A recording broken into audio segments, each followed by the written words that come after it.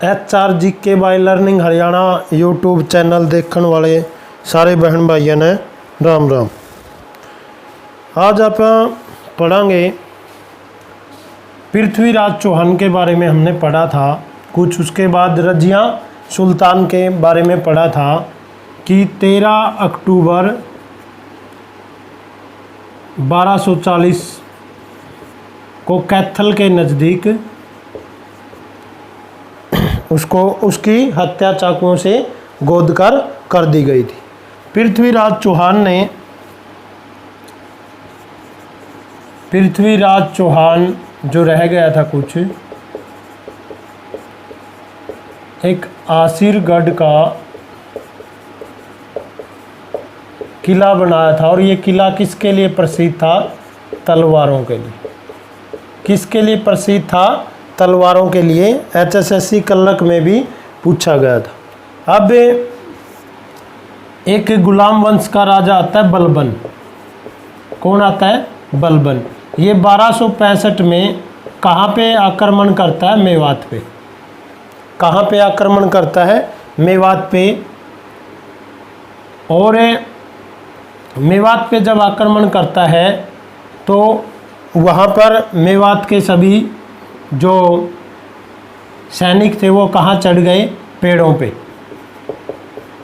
पेड़ों पे चढ़ गए और बलबन ने सोचा कि सारे मेवाती तेरे से डरते हुए भाग गए। जब वो खाना खा रहा था तभी ऊपर से सभी ने छलांग लगा दी और बलबन वहाँ से भाग गया। इसके बेटे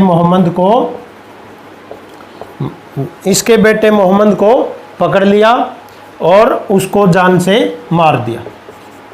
फिर इसके बाद ये राजा बनता है 1266 में। बलबन राजा कब बनता है? 1266 में। और इसने लोह एवं रक्त की नीति, आयरन एंड ब्लड की जो नीति चलाई। और सबसे ज़्यादा इसने आक्रमण किसके ऊपर किए? मेवात के ऊपर। सबसे ज़्यादा आक्रमण कहाँ पर किए? मेवात के ऊपर। इसको जो भी मेवाती दिखता उसको ये तुरंत मार। और एक बार HSSC ने हरियाणा रोडवेज ड्राइवर के पेपर में पूछा था कि हरियाणा के सभी जंगल किसने कटवा दिए थे? बलबन ने। किसने कटवा दिए थे? बलबन ने। ये रोडवेज ड्राइवर के पेपर में पूछा गया था कि हरियाणा के सारे जंगल किसने नष्ट कर दिए थे?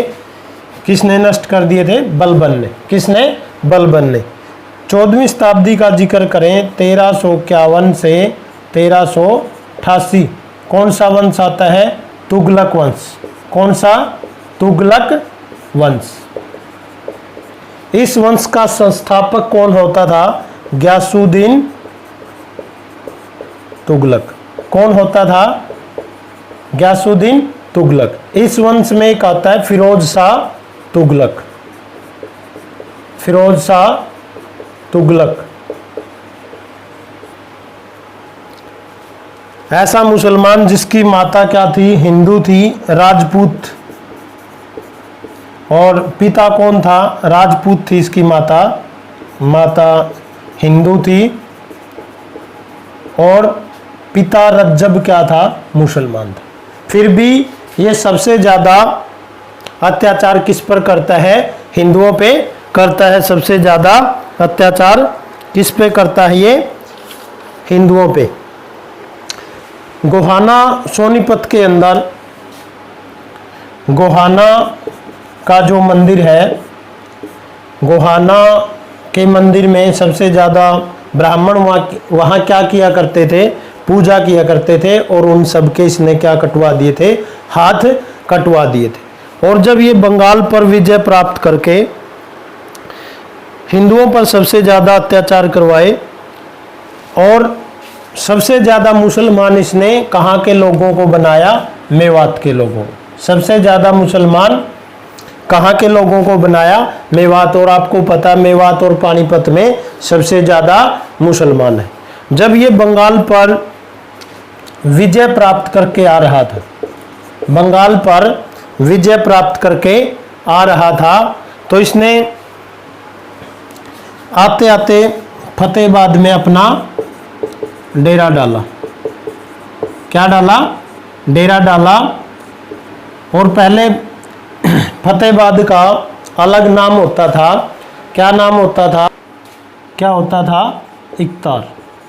तभी इसके पास एक सैनिक आता है रात को, भाई राजा जी आपको पुत्र रत्न की प्राप्ति हुई है। तभी इसने इकतार का नाम बदलकर क्या रख दिया? फतेहाबाद। फिर इसने 1354 में क्या बसाया? हिसार। कौन सा शहर बसाया? हिसार, जिसका जो किस भाषा का शब्द है? फारसी का। और इसका अर्थ होता है दुर्ग या किला। क्या अर्थ होता है? दुर्ग या किला होता है। तो इसने एक गुजरी महल भी बनाया जो किसी गुजरी की याद में, और बताते हैं जो ये बस स्टैंड है हिसार का, इसके सामने ये गुजरी महल बना हुआ है और आजकल तो ये खंडर हो चुका है। और इसने एक फिरोज शाह कोटला जो दिल्ली के अंदर यमुना नदी के किनारे शहर बसाया है। किसने? कौन सा बसाया? जौनपुर, अपने चचेरे भाई जौन खान की याद में।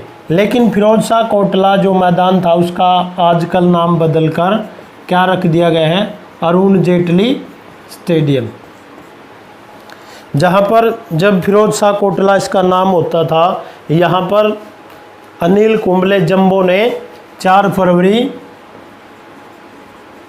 1999 को पाकिस्तान के खिलाफ 10 के 10 विकेट लेने का रिकॉर्ड भी आपकी नॉलेज के लिए बता देता हूँ कि अनिल कुंबले ने यहाँ पर पाकिस्तान के खिलाफ 4 फरवरी को जो दूसरा टेस्ट मैच शुरू हुआ था और 7 फरवरी को 10 के 10 विकेट पाकिस्तान के लपेट दिए थे। या 10 के 10 विकेट लेने का श्रेय किस भारतीय खिलाड़ी के नाम है? जंबो कहते हैं जिसको, अनिल कुंबले के। एक इसने सिरसा के अंदर कौन सा शहर बसाया था? हरनी खेड़ा। कौन सा? हरनी खेड़ा। और जो गुजरी महल बताते हैं, दिल्ली सल्तनत की सबसे भव्य इमारत कौन सी होती थी? गुजरी महल, या जो हिसार का किला है। इसने 300 से ज़्यादा नगर बसाए और इसको नहरों का निर्माता भी कहा जाता है। क्या कहा जाता है इसको? नहरों का निर्माता। नहरों का निर्माण करने वाला कौन सा राजा था? फिरोज शाह तुगलक। कौन था? फिरोज शाह तुगलक। अब बात करें 15वीं शताब्दी की। 15वीं शताब्दी यानी 1414 के अंदर एक वंश आया, सैयद वंश। इसका संस्थापक कौन था? खिजरा खान। कौन था? खिजरा खान। इस वंश का संस्थापक कौन था? खिजरा खान, जिसका मकबरा कहाँ पर है?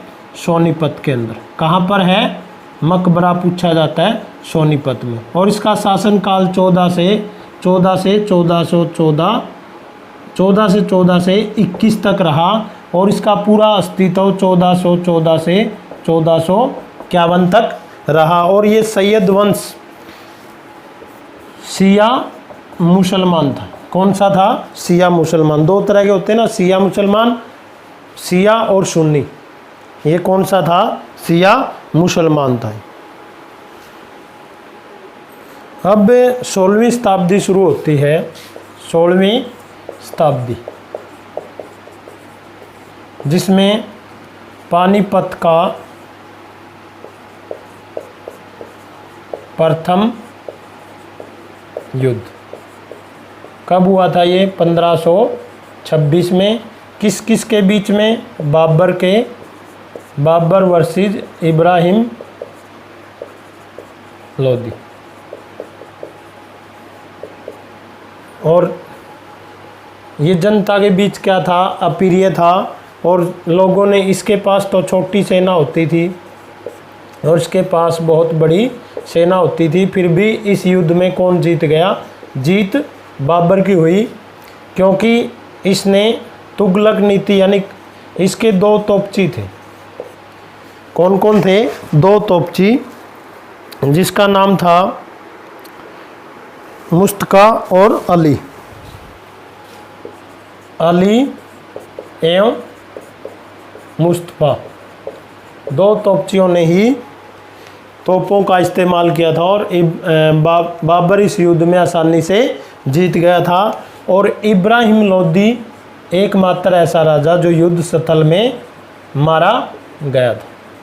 और इसका इब्राहिम लोदी का मकबरा पूछा जाए तो कहाँ रहेगा? पानीपत में। कहाँ रहेगा? बाबर ने पहले युद्ध जो पानीपत का युद्ध हुआ उसके जीतने की खुशी में किसका निर्माण किया? काबुली बाग का। किसका? काबुली बाग का। और इसको दो जगह दफनाया गया। पहले तो आगरा के अंदर आराम बाग है, आराम बाग, या जिसको हम क्या बोलते हैं? लाल बाग। और उसके बाद इसकी अंतिम इच्छा थी वे मेरे को काबुल में दफनाया जाए, क्योंकि इसका बेटा जो हुमायूं था वो इससे बहुत प्यार करता था। बाद में इसको कहाँ दफनाया गया? काबुल के अंदर। और इसकी 1530 में क्या हो जाती है? मृत्यु हो जाती है। क्या हो जाती है? 1530 में इसकी मृत्यु हो। और इससे हरियाणा से दो शूरवीर टकराए थे। कौन कौन? एक तो मोहन सिंह मंडार और एक हसन सिंह मेवाती।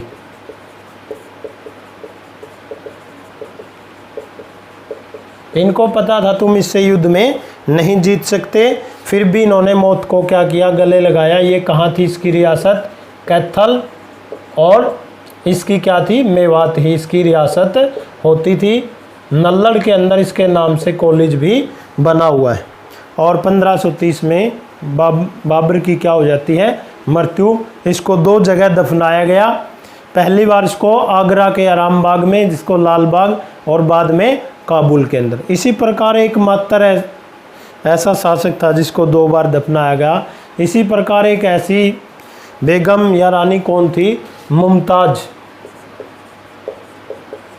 जिसको भी दो बार, पहले तो कहाँ? उज्जैन के अंदर, फिर आगरा के अंदर। जो ये ताजमहल बनना था वो कहाँ बनना था? उज्जैन के अंदर। फिर लेकिन लोगों ने कहा कि उस भूमि के अंदर एसिड की मात्रा क्या है? ज़्यादा है, तो आपकी जो यहाँ इसके नाम से मकबरा बनाओगे वो एसिड की वजह से जल्दी ख़राब हो जाएगा। और बाद में इसको कहाँ ट्रांसफ़र कर दिया?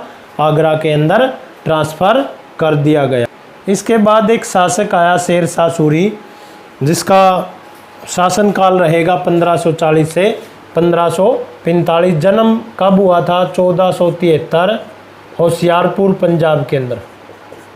होशियारपुर पंजाब के अंदर। और इसका जो बचपन है इसके दादा के पास, बचपन दादा इब्राहिम सूरी, जो कहाँ थे? नारनौल महेंद्रगढ़ के अंदर इसका बचपन गुजरा दादा के पास। और जो इब्राहिम सूरी का मकबरा भी कहाँ है? नारनौल के अंदर है। कहाँ पर है? नारनौल के अंदर। जीटी रोड का निर्माण इसने ही करवाया, जिसको ग्रांड ट्रंक रोड बोलते हैं। जैसे NH1 और NH2 आजकल मिलकर क्या बन गया है? 44, जो कहाँ से कहाँ तक जाता था? कलकत्ता से पेशावर तक। कहाँ से? कलकत्ता से पेशावर तक। और कोस मीनारों का निर्माण हरियाणा में कितने कोस मीनारों का निर्माण किया? 88 कोस मीनारों का निर्माण करवाया इसने। और इसके अलावा भूमि को मापने के लिए सन की डंडी किसका इस्तेमाल करता था? और चांदी के सिक्कों